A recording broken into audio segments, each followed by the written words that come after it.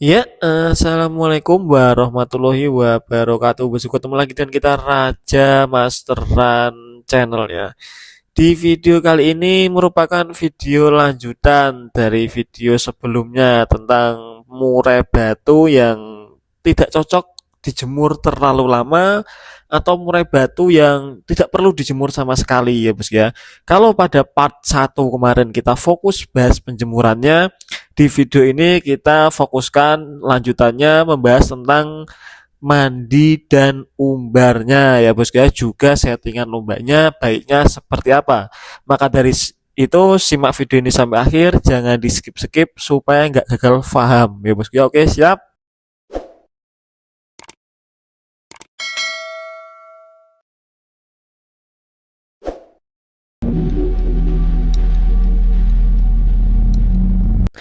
Nah, ketika kita membahas tentang murai batu yang gampang over suhu tubuh ya bos ya, masalah mandi ini merupakan hal yang cukup penting, bahkan sangat penting bagi saya, karena mandi di sini kan fungsi utamanya untuk kembali menstabilkan suhu tubuh si burung ini supaya nggak terlalu over, entah over karena penjemuran berlebihan atau over karena efek extra fooding yang kita berikan. Karena jangan salah, sedikit banyak extra fooding yang kita berikan itu juga mempengaruhi kondisi suhu tubuh murai batu kita masing-masing ya bos ya. Makanya karena kalau mandi ini kurang tepat juga nanti percuma kita nggak jemur sekalipun, kalau mandinya nggak tepat juga tetap over suhu tubuhnya ya bos ya.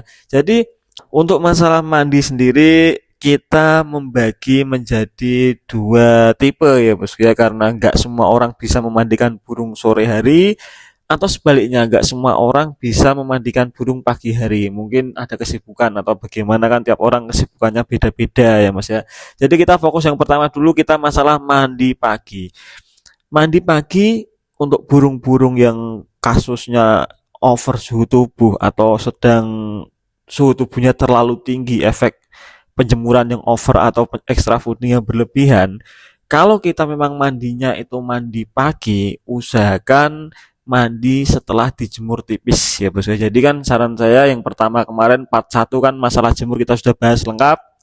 Kalau misalnya habis diembun kita jemur 5 menit, 10 menit, nah itu angin-angin sebentar 10 menitan baru kita mandikan. Kalau mandi menyesuaikan dengan kebiasaan burung. Mandi cepok boleh, mandi karamba boleh, mandi umbaran juga boleh. Karena kalau kita memaksa mandinya dengan kita paksa, maksudnya burung biasa mandi di cepuk terus kita paksa mandi di karamba, takutnya mandinya nggak puas ya bos ya, karena burung nggak nyaman, dan itu malah berdampak panjang nanti kalau burung tiap hari mandinya kurang puas, kurang nyaman, juga secara suhu tubuhnya nanti susah stabilnya ya bos ya. Kita kembali lagi ke topik masalah mandi pagi. Kalau saya memandikan burung yang karakter seperti ini, ketika kita mulai mandi pagi itu kita berikan setelah penjemuran. Jadi jemur sebentar 5 menit 10 menit, angin-angin lalu kita mandikan. Habis mandi nggak usah dijemur lagi, cukup diangin-anginkan. Kalau bulu sudah kering baru di full kerodong ya bos ya. Nah, tapi kalau saya ditanya paling recommended mandi pagi atau sore untuk kasus burung yang over suhu tubuh, saya lebih menyarankan mandi sore ya bos ya.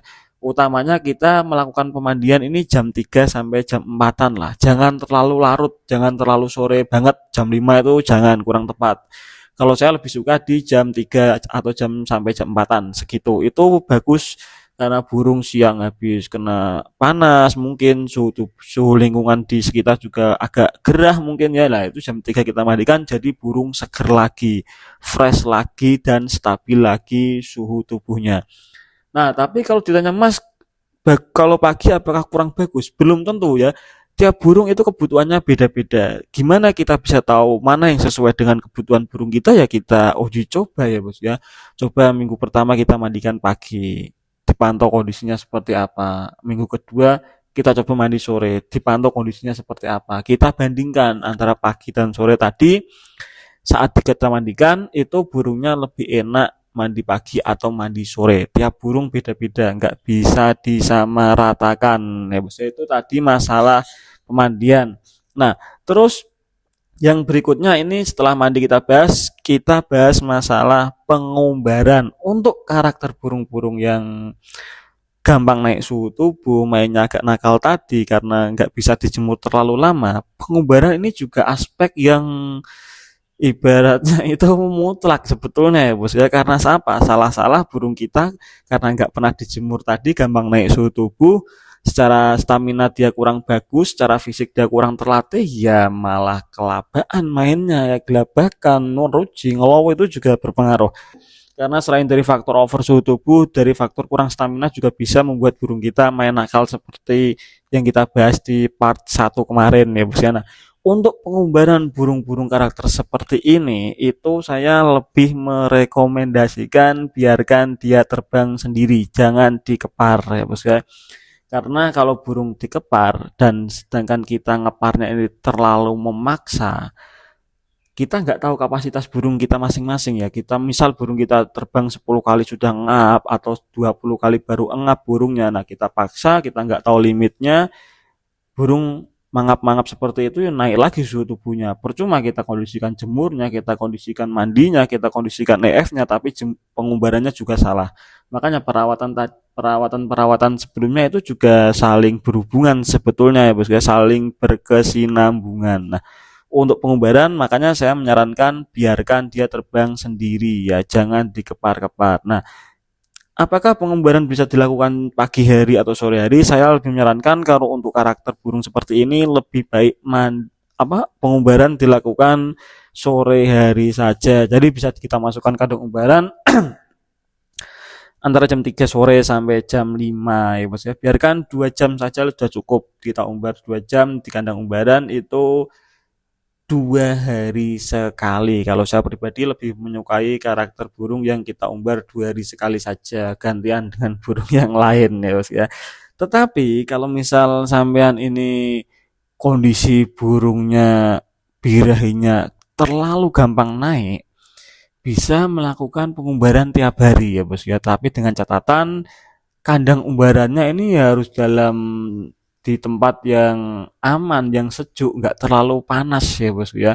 Kita bisa pagi masukkan umbaran, habis embun itu tadi kita masukkan umbaran, seharian di kandang umbaran itu nggak masalah. Tapi jangan lupa kasih cepuk mangan dan cepuk fornya, cepuk minumnya juga disediakan ya bos ya, supaya burung nggak kelaparan seharian di kandang umbaran. Tetapi nggak perlu dikepar-kepar. Nah terus kalau kita melakukan teknik pengumbaran yang setiap hari di kandang umbaran dari pagi sampai sore, itu saya menyarankan untuk settingan lombanya lebih baik di stop umbaran atau istirahat dari umbar itu mulai H-3 ya Mas ya, karena menjaga-jaga supaya burung ini tenaganya disimpan buat lomba, karena nanti juga percuma juga kalau burung kita kecapean di umbaran mau digantang juga agak nakal juga hasilnya ya Mas ya. Nah, untuk selanjutnya kita membahas masalah settingan lombanya. Biasanya saya pribadi kalau kita ingin membawa burung-burung karakter seperti ini untuk ke gantangan, ke arena lomba itu nggak perlu terlalu ribet ya bos ya. Karena karakternya sejatinya burung-burung seperti ini rata-rata itu faktor tinggi. Udah, pastikan saja dia sehat, dia fit, kondisi kesehatannya sedang prima, itu sudah siap diajak jalan-jalan sebetulnya ya. Nggak perlu settingan ribet mumet sana sini, itu nggak perlu. Kalau saya pribadi ingin bawa lomba burung seperti ini, karakter yang gampang naik pitam ini, gampang naik birahi, gampang naik emosi, gampang naik suhu tubuh, kita pakai set harian saja ya. Set harian nanti mulai H-1. Misalkan set hariannya itu pagi 5 sore 5 jangkriknya. H-1 kita berikan tambah 2 ekor lah. Pagi 7 sore 7. Udah gitu aja ya bos ya. Nanti sore dimandikan, habis mandi kasih kroto dikit. Kroto ini dengan harapan kita bisa memaksimalkan stamina si burung tadi. Kenapa kita mainnya di H-1 sore atau malam berarti krotonya ya. Takutnya kalau kita mainnya di hari lomba, krotonya itu nanti over lagi suhu tubuhnya, naik lagi suhu tubuhnya, karena sedikit banyak kroto juga pasti mempengaruhi suhu tubuh si burung tadi ketika mencerna makanannya. Tapi kita berikan di H-1 malam kan cari aman ya bos. Jadi kalau misal sebelumnya jangkriknya hariannya itu 33, berarti H-1 kita tambah 2 jadi pagi 5 sore 5. Sore mandi, habis mandi angin-angin kasih kroto dikit-dikit saja, nggak perlu banyak-banyak ya bos ya. Ini supaya menjaga stamina tubuh burung ini tetap fit saja sebetulnya, bukan untuk mendongkrak birahi atau mendongkrak emosi. Kalau krotonya banyak sih bisa memang mendongkrak birahi, tapi kita berikan sedikit saja. Ya kira-kira 1 sendok teh lah, cukup lah buat selik, buat cemilan lah. Maksudnya seperti itu ya bos ya. Nanti setelah H-1 seperti tadi, kita hari H lomba itu pagi kembali settingan harian biasa. Yang 5 ya kembali 5, yang 3 juga kembali 3. Nah, kuncinya di sini ya, Bos ya. Agak siangan dikit, jam 10 atau jam 11, tergantung kita main. Kita misal mainnya nanti Minggu jam 1 ya, kita mandinya jam 9 atau jam 10 kita mandikan. Kalau kita mainnya agak sorean dikit, jam 3 kita mandinya jam 11-an ya bos ya. Intinya hari H pagi atau siang lah katakanlah lah. Siang kita mulai mandikan lagi. Mandikan setelah mandi kasih jangkrik seperti porsi harian biasa ya bos ya. Kasih jangkrik seperti porsi harian biasa. Kalau hariannya 3 kasih 3 habis mandi. Kalau hariannya 5 juga kasih 5. Oke. Setelah kita kasih 5, nah seperti ini kita langsung angin-anginkan. Kalau sudah kering di full kerodong, nggak usah tambah kroto lagi, nggak usah tambah ulet hongong lagi. Kita bawa ke lapangan, sampai lapangan kita amati gerak-gerik burung ya bos ya. Kalau sampai lapangan, usahakan karakter burung-burung seperti ini cari tempat yang nyaman lah, yang teduh lah ya. Yang teduh, misal di bawah pohon atau di teras rumah itu nggak masalah. Kita cari tempat yang nyaman, setelah itu kita buka separuh kerodongnya. Kerodongnya kita buka separuh, kita amati emosinya bagaimana, birahinya bagaimana. Kalau burung terpantau sudah emosi, sudah ada respon, sudah gerasak gerusuk, terlihat burung kayak mau nerekam, itu udah biarin aja. Nggak usah ditambah stut aneh-aneh lagi ya bisa. Tetapi kalau burung kita masih terpantau agak lemas, agak lesu, kita boleh tambah jangkrik 1 atau 2 ekor ya. Nggak usah tambah ulet dongkong dulu, nggak usah tambah kroto dulu, nggak usah tambah ulet aneh-aneh dulu ya bos ya. Tapi cukup tambah jangkrik 1 atau 2 ekor dulu, coba digantang. Itu stud EF di lapangan yang kita beli yang tadi, kita ucapkan tadi itu dilakukan kurang lebih 30 menit sebelum gantang atau kira-kira 3 sesi sebelum naik ya bos ya. Jangan terlalu mepet ya bos ya. Studnya 3 sesi sebelum naik saja. Kita kasih jangkrik kalau memang burungnya masih agak lemes, kurang kenceng ya bos ya. Udah habis itu kerodong mendekat ke arena lomba dan siap digantangkan. Nah, nanti kita amati kalau burung kurang emosi, langkah berikutnya seperti apa. Kalau burung kurang birahi, langkah berikutnya seperti apa. Jadi kita nggak gerasak gerusuk langsung main settingan tinggi, nggak nemu-nemu ya bos ya.